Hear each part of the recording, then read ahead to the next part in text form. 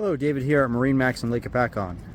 Today we have a newly listed brokerage boat, a 2009 Sea Ray 240 Sundeck. It's on a Tidewater roller trailer that is included.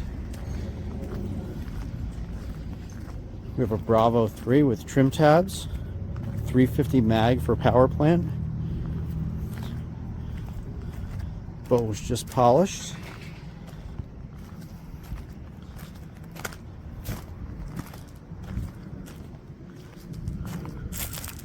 That's the outside. If you give me just a sec, we'll hop up on the inside. We moved up on the large swim platform.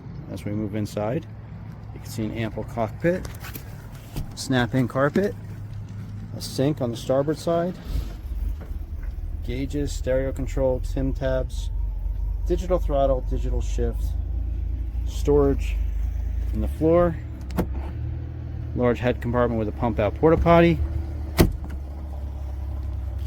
more storage underneath starboard helm, stereo controls, VHF radio, Garmin dash. There's a filler cushion that goes in here, you can see in the pictures, and a bow boarding ladder. This boat is available at MarineMax Lake Hopatcong. I'm David Lewis.